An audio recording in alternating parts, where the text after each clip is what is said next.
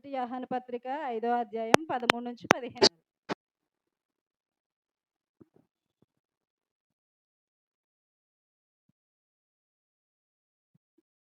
మనం మనమేమి మనమేమి ఆయన అడిగినను ఆయన మనకి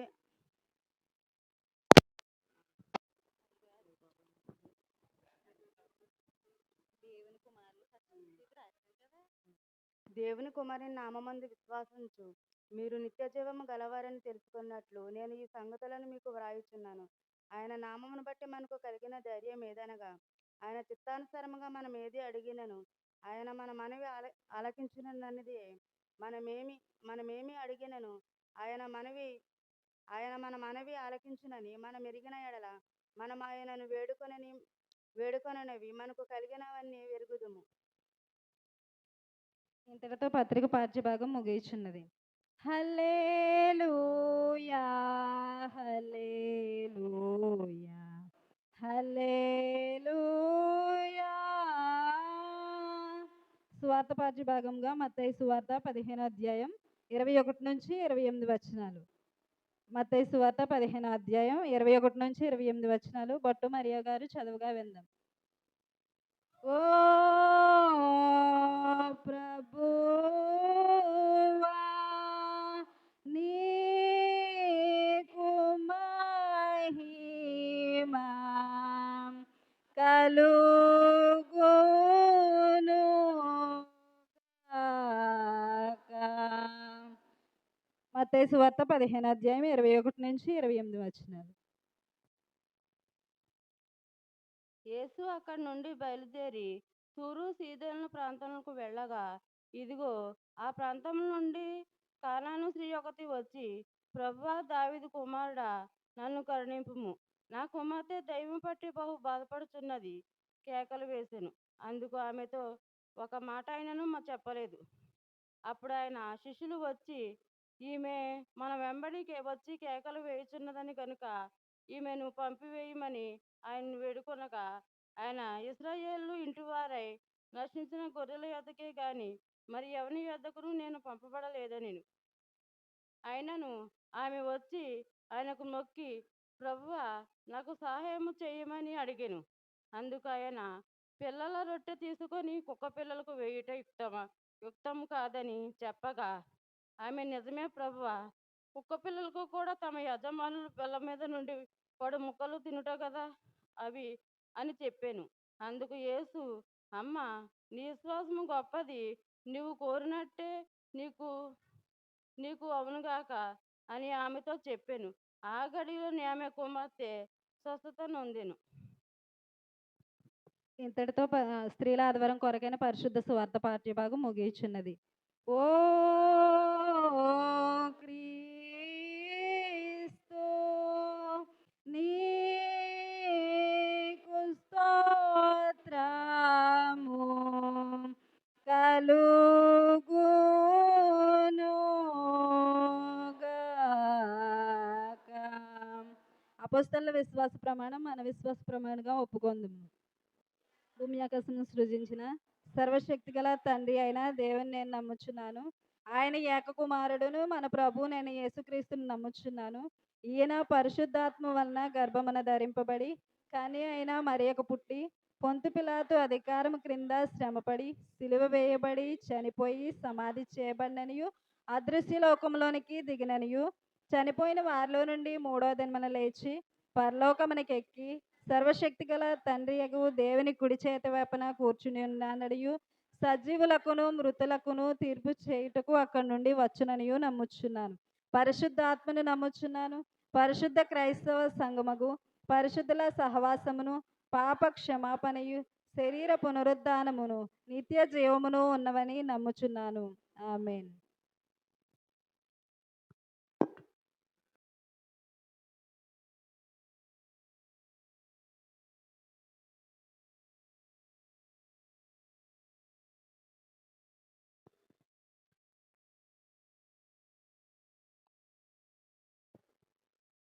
స్త్రీల సంగమ సిద్ధపడుదామా అనే పాట పాడుకుందాం. స్త్రీల సమాజం వారు ఇక్కడికి వచ్చి నిలబడగా ఆ పాట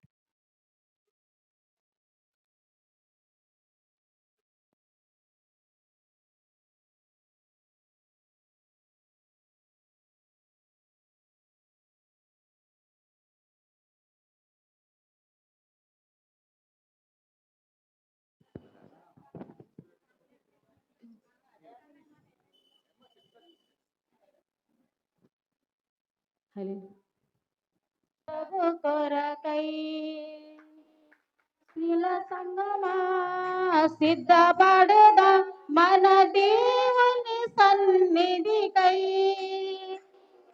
సిద్ధపడదాం సిద్ధపరచుదాం మన హృదయము ప్రభు కొరకై సిద్ధ మనసును జోడు తొడిగి సమాధాన సువార్త సాధేదం సిద్ధ మనసును జోడు తొడిగి సమాధాన సువార్త చాటెదము సమాధాన సువార్త చాటెదం స్త్రీల సంగమా స్త్రీల కరుణ మన దేవుని సన్నిధికై సిద్ధపరచుదాం సిద్ధపరచుదాం మన హృదయము ప్రభు కొరకై ఉదయమున ప్రార్థనతో నీ సన్నిధికి చేదమవుదాం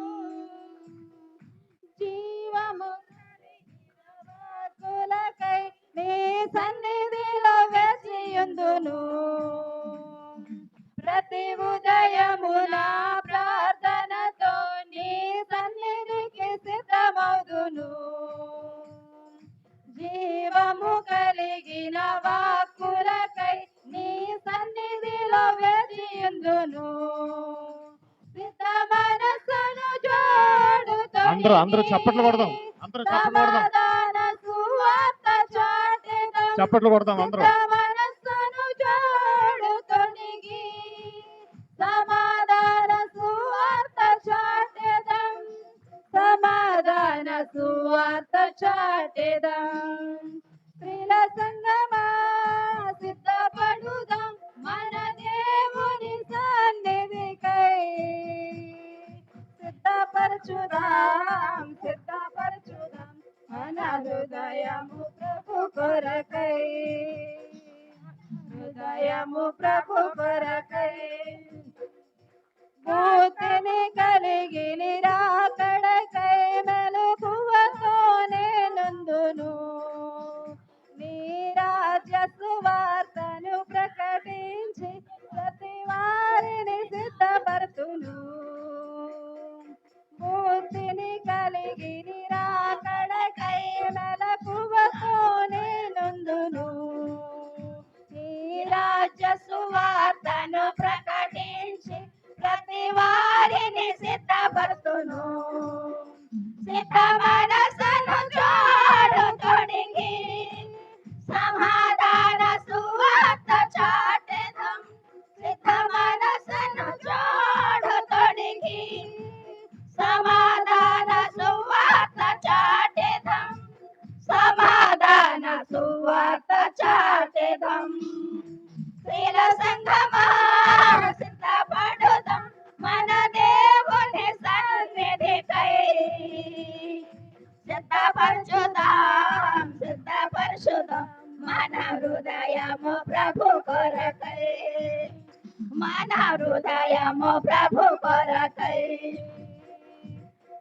సత్కార్యముకై సిద్ధపడి పరిశుద్ధతతో నందుము అన్ని వేళలయందు ప్రభు యేసుని ఘనపరచి కీర్తింతుము సత్కార్యముకై సిద్ధపడి పరిశుద్ధతతో నందుము అన్ని వేళలయందు ప్రభు యేసుని ఘనపరచి కీర్తింతుము సిద్ధ మనసును జోడు తొడిగి సమాధాన సువార్త చాటెదం సిద్ధ మనసును జోడు తొడిగి సమాధాన సువార్త చాటెదం సమాధాన సువార్త చాటెదం శిల సంగమా శిలపడుదాం మన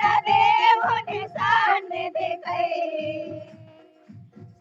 సిద్ధపరచుదాం సిద్ధపరచుదాం మన హృదయము ప్రభు కొరకై మన హృదయము ప్రభు కొరకై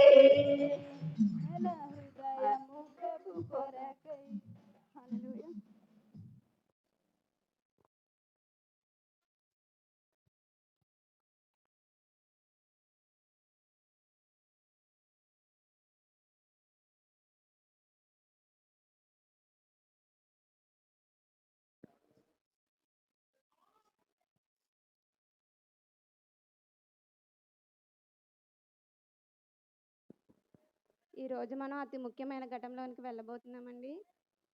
ఉదయం అందరూ టిఫిన్ చేసి వచ్చారండి. అది ఏ ఆహారం అండి? శరీరాహారం. ఇప్పుడు మనం వాక్యాహారం విందాం. వాక్యాహారం వినే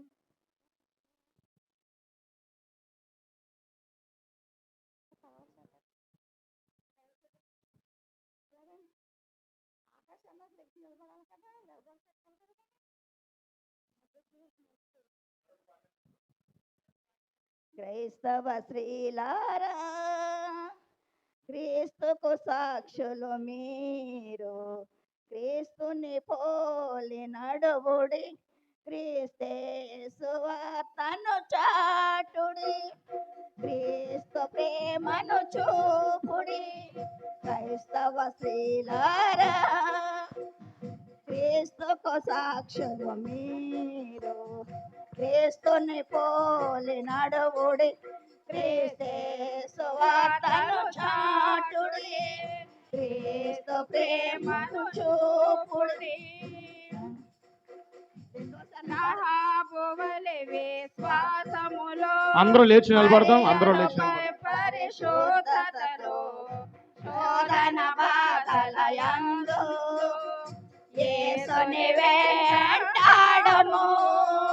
రహాబు వలె విశ్వాసములో, మరియ వలె పరిశుద్ధతలో, శోధన బాధలయందు యేసుని వెంటాడము.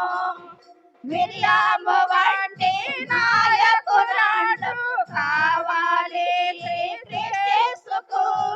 మిరియాము వంటి నాయకురాలు కావాలి క్రీస్తుకు.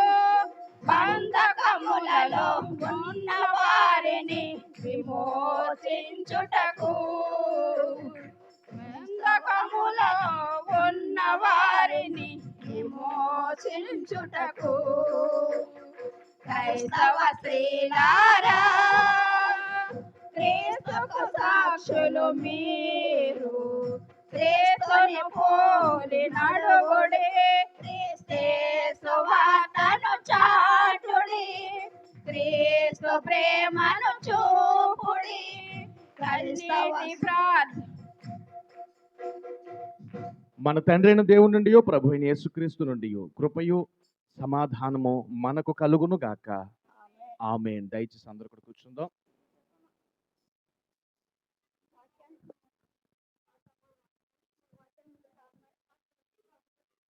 వాక్యదానానికి వెళ్లే ముందుగా వాక్యం కోసం ప్రార్థించవలసిందిగా దాకే సుమతి గారిని కోరుచున్నాను.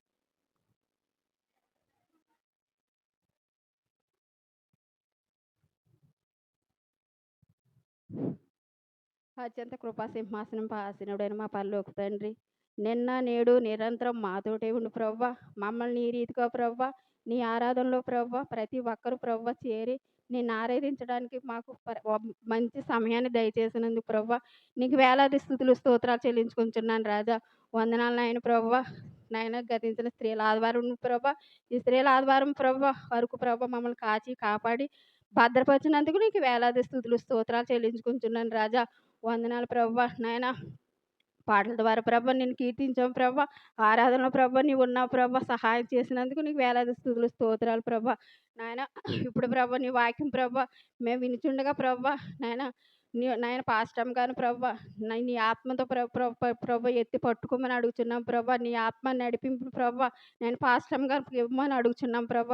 మంచి ప్రభ వాక్యం ప్రభ మాలో ప్రభ మేము వినే భాగ్యాన్ని ప్రభ ప్రతి ఒక్కరికి దయచేయమని అడుగుతున్నాం ప్రభ. చెప్పే మాటలు ప్రభ నేను మేము విడిచిపెట్టకుండా మా హృదయంలో ప్రభ ఫలించుకొని నాయన వాక్యానుసారంగా జీవించడానికి సహాయం దయచేయమని అడుగుతున్నాం ప్రభ. ఆది నుంచి ప్రభ అంతం వరకు ప్రభ నీకే ప్రభ నీ చేతులకు అప్పగించుకుంటున్నాం ప్రభ. నాయన నీకే ప్రభ నాయన ప్రభ నీ చిత్తానికి ప్రభ నీ ఇష్టానుసారంగా జరిపించమని త్వరగా వచ్చుచున్న యేసు నామములో వేడుకుంటున్నాం తండ్రి. ఆమేన్. మనం పాటలు చెప్పగా విన్నాము. ఈసారి మన ఆత్మీయ తల్లి గారు పాస్టమ్ గారు వాక్యం చెప్పగా విందాం. ఈ సమయాన్ని బిందు సిస్టర్ గారికి పాస్టమ్ గారికి అప్పగిస్తున్నాం.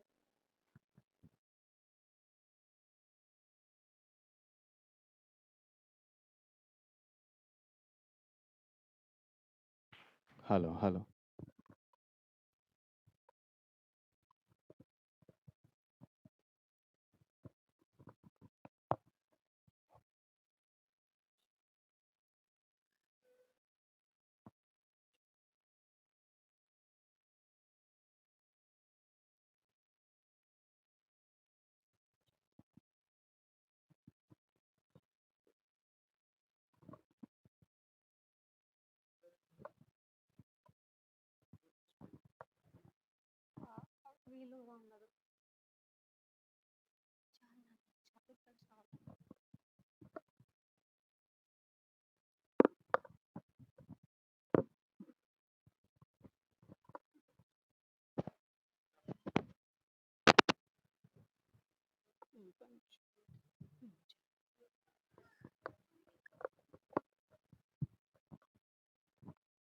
ముందుగా ముందుగా సజీవురాలిగా నన్ను ఇక్కడ నిలబెట్టి ఈరోజు వాక్య దినము కొరకు నన్ను ఎన్నుకున్నటువంటి దేవాది దేవునికి నా వందనాలు, స్తుతులు, స్తోత్రములండి. అలాగే మన సంఘ కాపరి గారైనటువంటి పాస్టర్ గారికి నా వందనాలండి. సంఘ పెద్దలకు, స్త్రీల సమాజం వారికి, ఈ స్త్రీల ఆదివారం కొరకు కూడి వచ్చిన మీ అందరికీ కూడా నా నిండు వందనాలండి.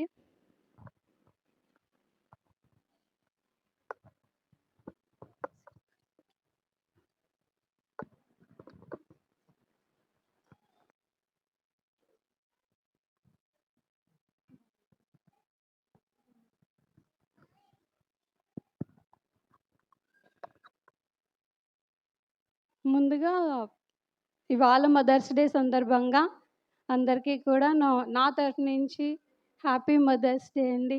Happy mother's day to all moms. Happy mother's day అండి.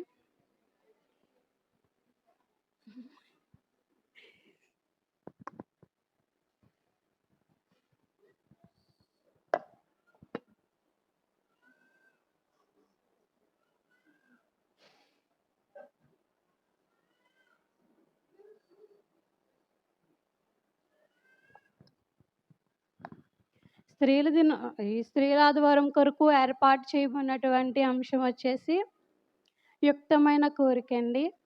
మనం ఇవాళ యుక్తమైన కోరిక గురించి నేర్చుకుందామండి. యుక్తమైన కోరిక అంటే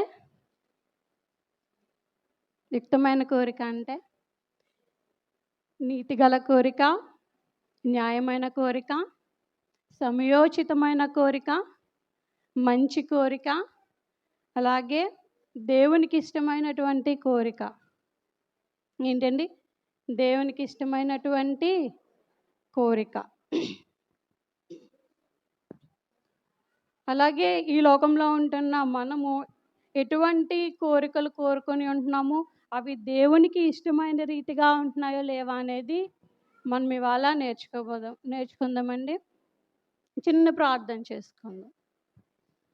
మహోన్నతుడ, మహాగండ, సర్వశక్తిమంతుడా, నీ యొక్క ఘనమైన, ఉన్నతమైన, శ్రేష్టమైన నామమునకు వేలాది స్తుతులు, స్తోత్రములు చెల్లిస్తున్నాను ప్రభువా.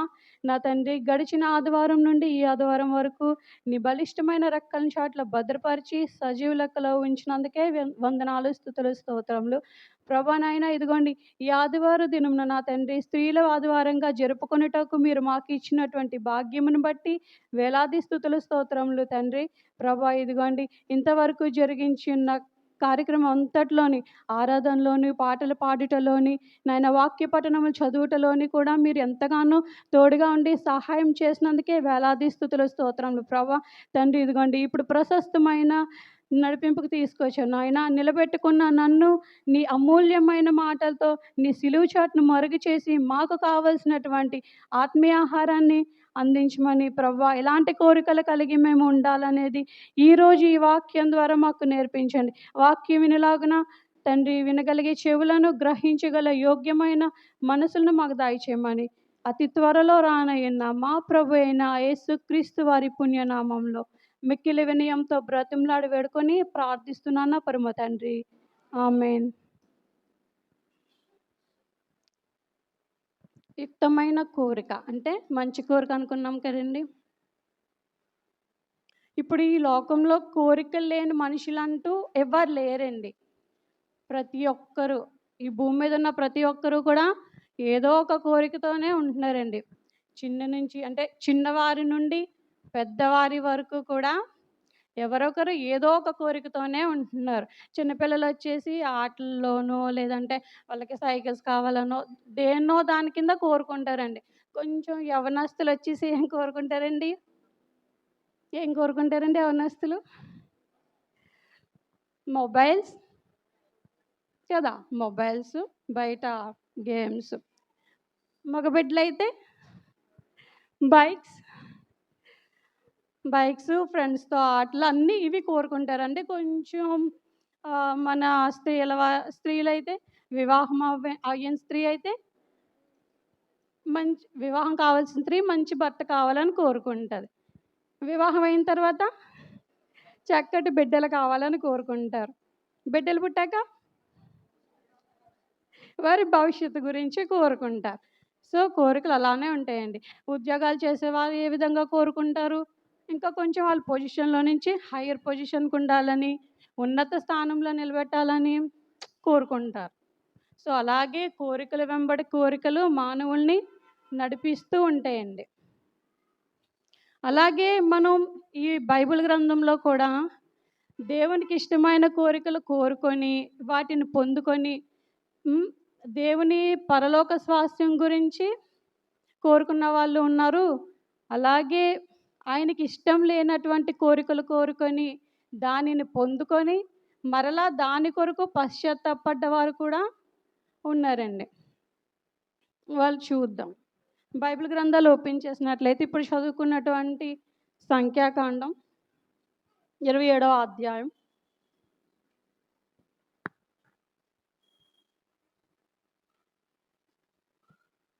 సంఖ్యాకాండము 27వ అధ్యాయము 1 నుండి 7 వచనాలు చదువుకుందామండి.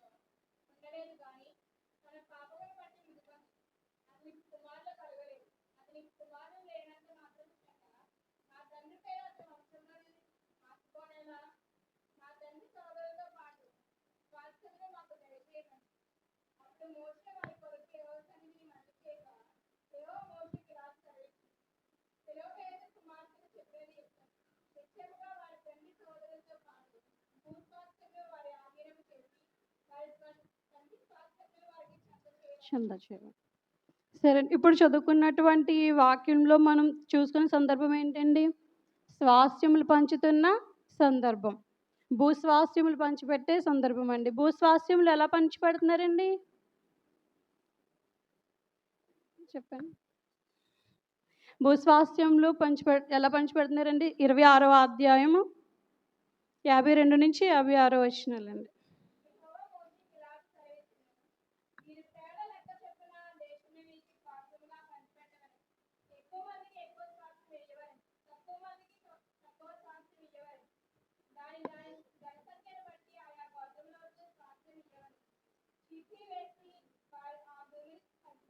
చాలండి.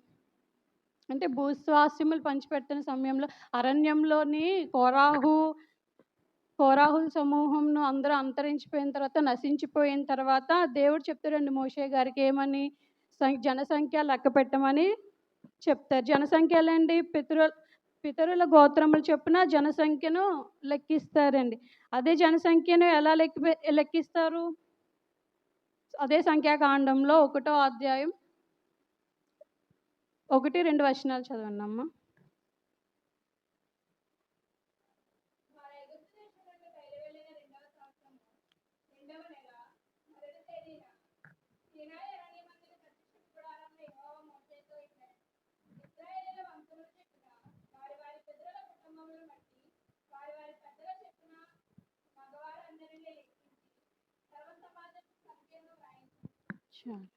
అంటే ఇప్పుడు ఎలా లెక్క పెడుతున్నారండి? మగవారిని బట్టి జనసంఖ్య లెక్కిస్తున్నారండి.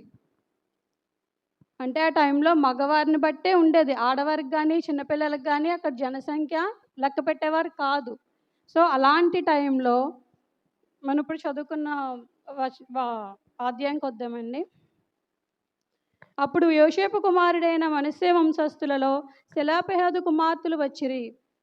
సెలోపెహాదు ఎసెరు కుమారుడును గిలాదు మనుమడైన మాకీరు మునిమనువుడనై ఉండెను. అతని కుమార్తెల పేర్లు Mahlah, Noah, Hoglah, Milcah, Tirzah. ఇప్పుడు ఇక్కడ మనకి ఎవరు పరిచయం అవుతున్నారండి? సెలోపెహాదు గారి కుమార్తెలు. అంటే వీళ్ళు ఇక్కడ ఎలా లెక్క పెట్టారండి? మగవారిని బట్టే లెక్కించారు కానీ ఆడవారికి గుర్తింపు లేదు. అతను మన సెలోపెహాదు గారు కుమార్తెలు మాత్రమే కలిగి ఉన్నారండి, కుమారులు లేరు. సో వీళ్ళేంటంటే ఆ టైంలోని తండ్రి పితరుల స్వాస్థ్యం పితరుల గోత్రములు చొప్పున, అంటే మరి వీళ్ళ తండ్రి 3వ వచనం చదవండి. అతడు కోరాహు తండ్రి అరణ్యం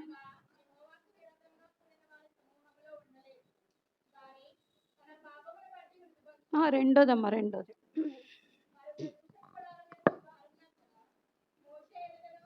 ప్రధాన యాజకుడు ఎదుటను, ఎలియాజరు ఎదుటను, ప్రధానులు ఎదుటను, సర్వ సమాజం ఎదుటను నిలిచి చెప్పినదేమనగా, మా తండ్రి అరణ్యంలో మరణమాయెను. అతడు కోరాహు సమూహంలో అనగా యెహోవాకు విరోధముగా కూడిన వారి సమూహంలో ఉండలేదు కానీ తన పాపమును బట్టి మృతి పొందెను. అంటే వాళ్ళ తండ్రి మరణమాయనండి. మరణమైతే ఇప్పుడు స్వాస్థ్యం రాదు, కుమార్తెలకి స్వాస్థ్యం రాదు. కనుక వీళ్ళు అటువంటి ఆ టైంలోని ఆడవాళ్ళకి ఎటువంటి వాల్యూ లేదు, గుర్తింపు లేదు. కాబట్టి సెలోపెహాదు గారి కుమార్తెలు వారి స్వాస్థ్యం, వారి తండ్రి స్వాస్థ్యం అంటే ఏంటండి? హక్కు. స్వాస్థ్యం అంటే హక్కు. ఆ హక్కు మనకి స్వతంత్రాన్ని ఇస్తుందండి. అటువంటి హక్కుని పోగొట్టుకోలేక వీరు ఐగుప్తు నుండి కానాను వరకు ప్రయాణం చేసిందే స్వాస్థ్యం కొరకే కదా. మరి ఆ స్వాస్థ్యం లేనప్పుడు ఆ కానాను ప్రయాణం చేసి వీళ్ళు ప్రయాసమే కదండి, వ్యర్థమే కదా స్వాస్థ్యం లేనప్పుడు. అలాంటిది అలా పోగొట్టుకోకూడదని ఈ సెలోపెహాదు కుమార్తెలు యవ్వనస్తురాళ్ళండి వీళ్ళు. ఈ 5 అక్క చెల్లెలు కలిపి ఎంతో ధైర్యంగా నిలబడి, ఎవరి ఎదుట నిలబడ్డారండి ధైర్యంగా? మోషే ఎదుటను, యాజకుడైన ఎలియాజరు ఎదుటను, ప్రధానుల ఎదుటను, సర్వ సమాజం ఎదుటను నిలిచి చెప్పినది ఏమనగా ఏంటి? ఇక్కడ సర్వ సమాజం అంటే ఎంతమంది అంటారండి? అంతమంది అంటారు. అక్కడి నుంచి ఇక్కడికి వచ్చేసరికి చెమటలు అది పట్టేస్తున్నాయి. మనం ఎంత టాలెంట్ ఉన్నా మనం మాట్లాడలేమని. అలాంటిది సర్వ సమాజంలోని 5 బిడ్డలు, యవ్వన బిడ్డలు వచ్చి వారు మనవి చేసుకుంటున్నారండి. ఏమని మనవి చేసుకుంటున్నారండి? 4వ వచనం. అతని కుమారులు కలగలేదు. అతని కుమారులు లేనంత మాత్రమే మా తండ్రి పేరు అతని వంశంలో నుండి మాసిపోనేలా మా తండ్రి సహోదరులతో పాటు స్వాస్థ్యము మాకు దయచేయము. అంటే ఇప్పుడు కుమారులు లేకపోతే స్వాస్థ్యం ఎవరికి వెళ్ళిపోతుంది? సహోదరులకు వెళ్ళిపోతుందండి, అంతే కదా. మరి వీళ్ళకి ఏంటి? ఇంకా వ్యర్థం, అది వీళ్ళకి స్వాస్థ్యం లేకుండా ఉంటుంది. సో అలా కాకుండా ఈ స్వాస్థ్యం గురించి ఈ 5 యవ్వన బిడ్డలు ఎంతో ధైర్యంగా మోషేవారి ఎదుటను, ప్రధాన యాజకుల ఎదుటను, ఎలియాజరు ఎదుటను నుంచొని వాళ్ళు మనవి చేసినప్పుడు వారు తండ్రి గురించి చెప్తారండి. మా తండ్రి మరణమాయెను. తండ్రి ఎలా మరణమాయాడంటండి? పాపం బట్టి. ఇప్పుడు ఈ యవనస్తులు చూసారా, వాళ్ళ తండ్రి పాపంను ఒప్పుకుంటున్నారండి. చాలా జెన్యూన్గా ఉన్నారు వీళ్ళు. అదే ఇప్పుడు మనకు వచ్చేసరికి మనం ఎవరినైనా ఇంట్లో ఎంత దుర్మార్గులైనా ఎలాంటి వారైనా మనం ఒప్పుకుంటామండి. ఎవరో ఒకరు, తండ్రి కానీ, అమ్మ కానీ, అక్క చెల్లి ఎవరైనా సరే ఈమె పాపంతో చనిపోయిందని ఒప్పుకుంటామా? మనం ఒప్పుకోం కదండి. కానీ ఈ బిడ్డలు ఎంతో ధైర్యంగా వాళ్ళ తండ్రి పాపంను ఒప్పుకున్నారండి. పాపం అంటే ఏంటి? పాపం అంటే ఆజ్ఞాతిక్రమమే పాపం. ఆజ్ఞాతిక్రమం అంటే దేవుని మాట వినకపోవడం. సంఖ్యాకాండం 15వ అధ్యాయం 32వ వచనం.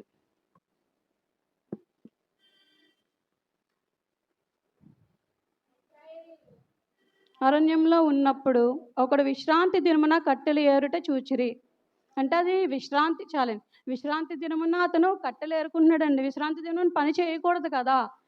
సో అతను కట్టెలు ఏరుకుంటుంటే 35వ వచనం చూడండి.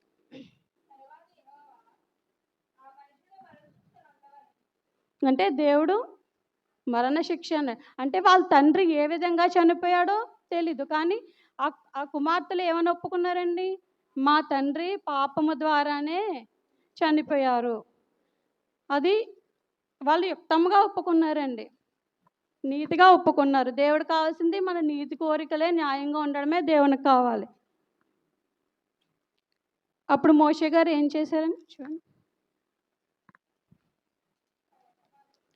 అప్పుడు మోషే వారి కొరకు యెహోవా సన్నిధి మనవి చేయగా, అంటే మోషే గారు కూడా తీర్పు ఇచ్చేయలేదండి. వాళ్ళు వచ్చి నుంచొని అడిగారు కదా అనేసి ఆయన తీర్పు ఇచ్చేయలేదు. ఆయన సొంత నిర్ణయాలు కూడా తీసేసుకోలేదు. ఆయన ఎవరిని అడిగారండి? యెహోవా సన్నిధికి వెళ్ళి మనవి చేశారు. మనవి చేయగా దేవుడు ఏమన్నారండి చూడండి. యెహోవా మోషేకు ఇలాగూ సెలవిచ్చాను, సెలోపెహాదు కుమార్తెలు చెప్పినది యుక్తమే.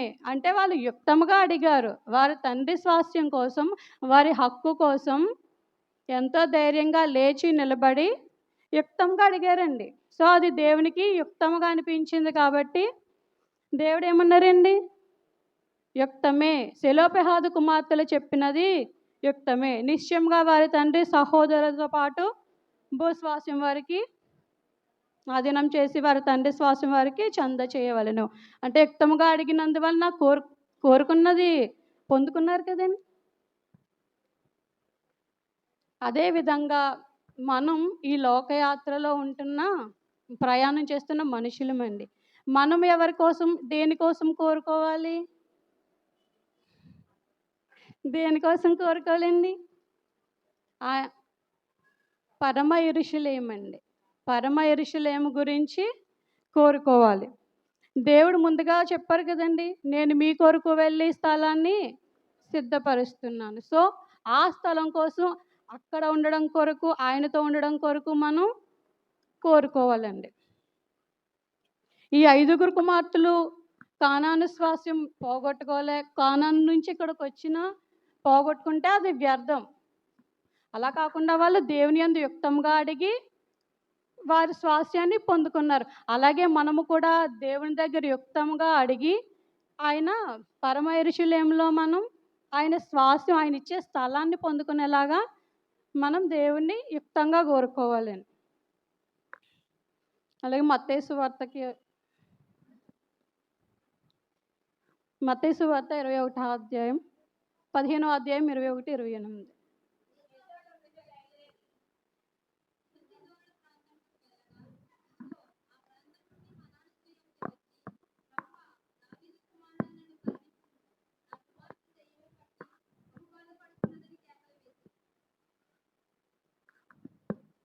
చదవండి అమ్మా.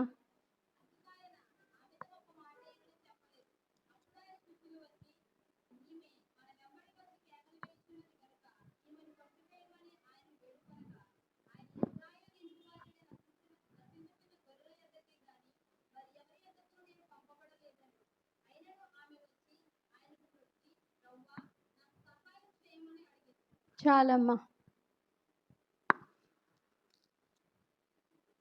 ప్రభు యొక్క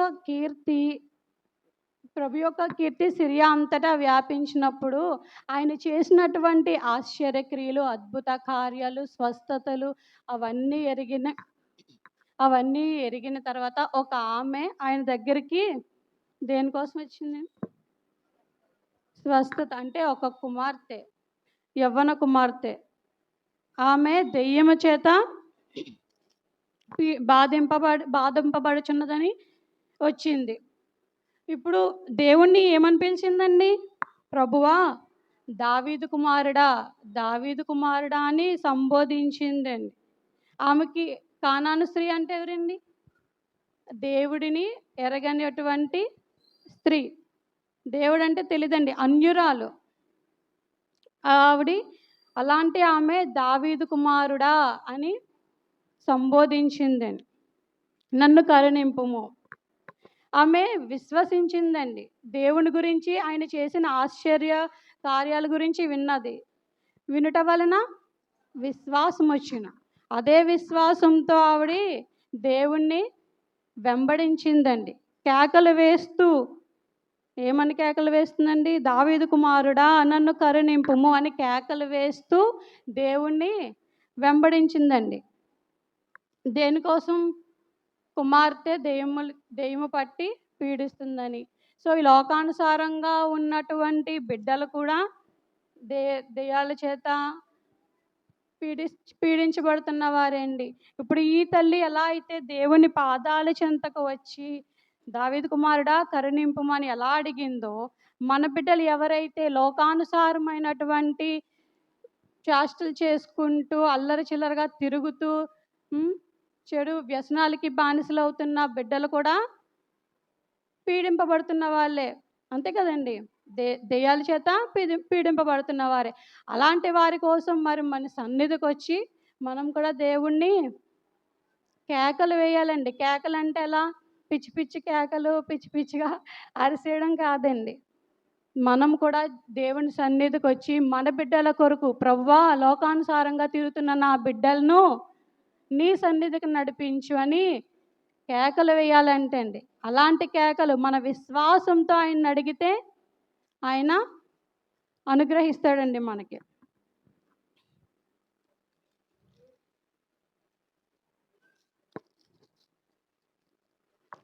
ఇరవై 23 చదువమ్మా. అందుకు ఆయన ఆమెతో ఒక్క మాట అయినను చెప్పలేదు.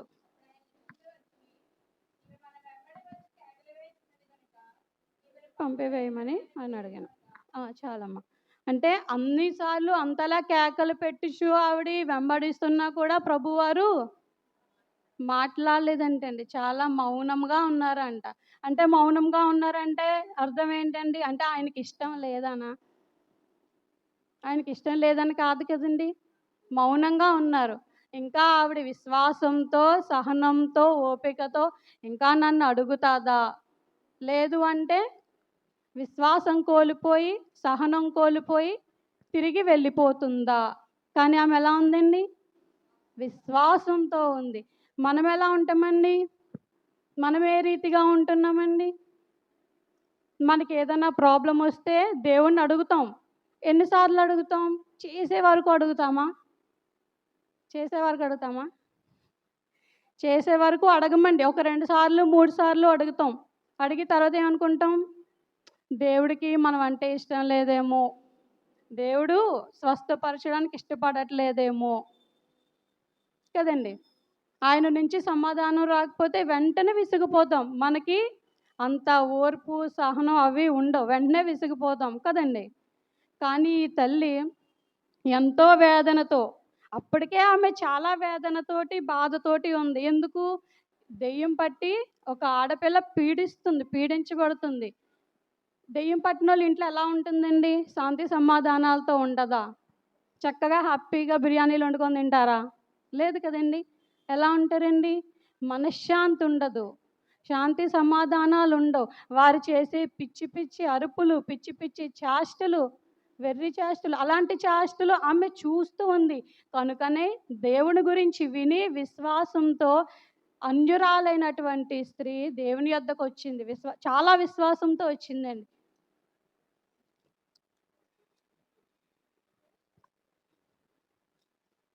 మనము కూడా అలాగే దేవుణ్ణి ఎంతో విశ్వాసంతో అడిగితే ఖచ్చితంగా, అంటే ఆయన ఒకసారి 2 సార్లు ఇవ్వకపోయినా మన విశ్వాసానికి ఆయన పరీక్ష పెడతాడండి. ఈమె ఉంటుందా, నాలో బలంగా ఉంటుందా, లేదా పడిపోతుందా, విశ్వాసంలో పడిపోతుందా? అలాంటి విశ్వాసాన్ని మనం కోల్పోకూడదండి. ఎన్నిసార్లైనా దేవుడి నుంచి మనం ఆయన నుంచి ఆ ప్రత్యుత్తరం పొందుకునే వరకు విడిచిపెట్టకూడదండి. మొన్న లాస్ట్ సండే మనం చదువుకున్నాం కదండి, ఉత్తర ప్రత్యుత్తరాలు కాదు, చదువుకున్నాం కదండి. సిగ్గుమాలి మాటి మాటికి అడగడం వల్ల అది పొందుకుంటాం. అలా దేవుణ్ణి ఆయన మనకి ఇచ్చే వరకు కూడా సిగ్గు లేకుండా మాటి మాటికి దేవుణ్ణి అడుగుతూనే ఉండాలండి. అడగాలంటే ఏం చేయాలండి? ప్రార్థన చేయాలండి. అలా ప్రార్థన చేస్తే దేవుడు ఖచ్చితంగా ఇస్తాడు. ఆ తర్వాత వచనం చదవమా.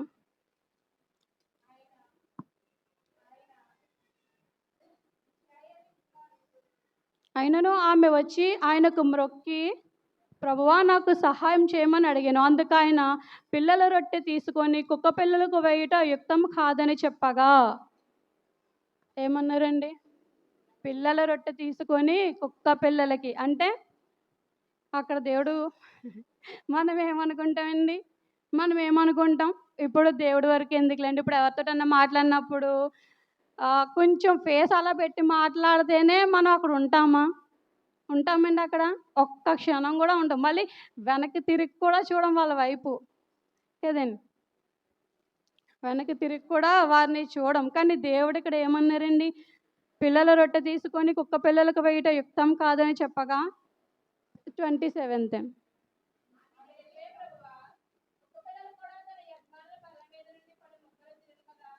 తినును కదా. చూసారండి తల్లి విశ్వాసం, అన్యురాలైనటువంటి తల్లి విశ్వాసం. ఆమె ఎంత యుక్తముగా సమాధానం ఇచ్చిందండి దేవునికి. నిజమే ప్రభువా, కుక్క పిల్లలు కూడా తమ యజమానుల బల్ల మీద నుండి పడు ముక్కలు తినును కదా అని చెప్పాను. ఎంత యుక్తంగా చెప్పిందండి ఆవిడ. మనం అలా ఉంటామండి? ఉంటామా అసలు? ఎంత పౌరుషంగా వెళ్ళిపోతామండి. ఎంత యుక్తంగా చెప్పిందండి ఆవిడ. అందుకు యేసు, అమ్మా నీ విశ్వాసము గొప్పది, నీవు కోరినట్టే నీకు అవునుగాక అంటే ఆవిడ పొందుకుందా లేదండి? ఆవిడ ప్రయాసానికి ఫలితం దక్కిందా లేదా? ఆవిడ విశ్వాసానికి ఫలితం దక్కిందా లేదండి? ఆవిడ మౌనం. ఇక్కడ మనం తెలుసుకున్న సందర్భం ఏంటండి? నేర్చుకోవాల్సిన సందర్భం ఏంటండి? విశ్వాసము, ఓపిక, ఆయన యందు నిరీక్షణ, పట్టుదల కలిగి ఉండాలండి. అలా ఉంటే ఖచ్చితంగా దేవుని నుండి మనం కోరుకున్నవి పొందుకుంటామండి. ఆ పొందుకున్నవి ఎలా ఉండాలండి? యుక్తమైనటువంటివిగా ఉండాలి. ఆ యుక్తంగా ఉంటే ఖచ్చితంగా పొందుకుంటామండి. అలాగే మొదటి యోహాను 5వ అధ్యాయము 13, 15 వచనాలు.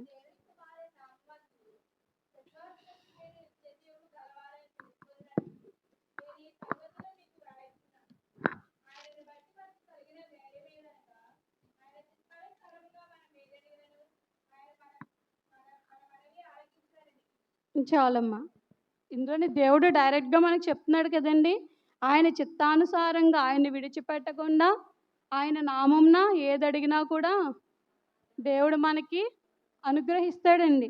మనం మన విశ్వాసాన్ని కోల్పోకూడదు. ఆయన్ని అడిగినప్పుడు మన విశ్వాసాన్ని మనం కోల్పోకూడదండి. అలా ప్రార్థన యందు పట్టుదల కలిగి ఆయన్ని నిత్యము వెంబడిస్తూ ఆయన్ని మనం అడిగితే ఖచ్చితంగా ఇస్తాడండి. ఈ లోక సంబంధాలుగా అడిగిన వారు, అలాగే చిత్తానుసారం ఆయనకు ఇష్టం లేకుండా అడిగిన వారు కూడా కొంతమందిని చూద్దామని. ఎస్తేరు గారు గురించి తెలుసు కదండి. ఆవిడ ఎంతో దీనస్థితి నుండి ఆమె యొక్క స్థితిని ఎలా మార్చాడండి దేవుడు? రాణిగా మార్చాడండి. ఆవిడ దేని గురించి? ఆవిడ సొంత నిర్ణయం గురించా? కాదు కదా. దేవుని ప్రజల కోసం ఆవిడ ఉపవాసం ఉండి ఆయన ప్రార్థించగా ఆవిడ రాణి స్థితిగా దేవుడు హెచ్చించాడండి. అలాగే హన్నా గారి గురించి చూసుకుంటే ఆవిడకి అనేకమైనటువంటి నిందలు, అవమానాలు ఎన్నో భరించిందండి. అయినా సరే దేవుని విడిచిపెట్టక నిత్యము ప్రార్థించడం వలన ఏం పొందుకున్నదండి?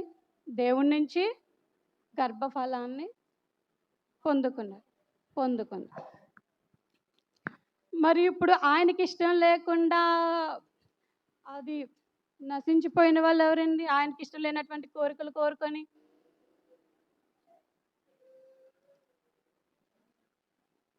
లోతు గారి భార్య అండి.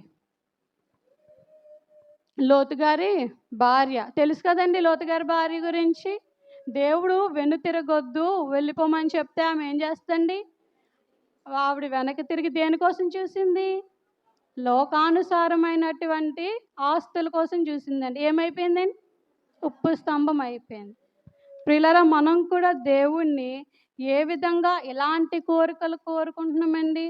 లోకానుసారమైనటువంటివి కోరుకొని ఇలా ఉప్పు స్తంభాలుగా మారిపోతామా? లేకపోతే ఆయన యొక్క నిత్య రాజ్యము నిత్య జీవం కొరకు కోరుకొని ఆయన పరలోక స్వాస్థ్యాన్ని పొందుకుంటామండి. ఆయన పరలోక స్వాస్థ్యాన్ని పొందుకునే వారిలాగా మనం ఉండాలని, అట్టి కృప ఆశీర్వాదం దేవుడు మనం దయచేయాలని దేవుడి వినికిడిలో ఈ యొక్క వాక్యాన్ని ముగించి ఉన్నాను నేను. ఆమేన్.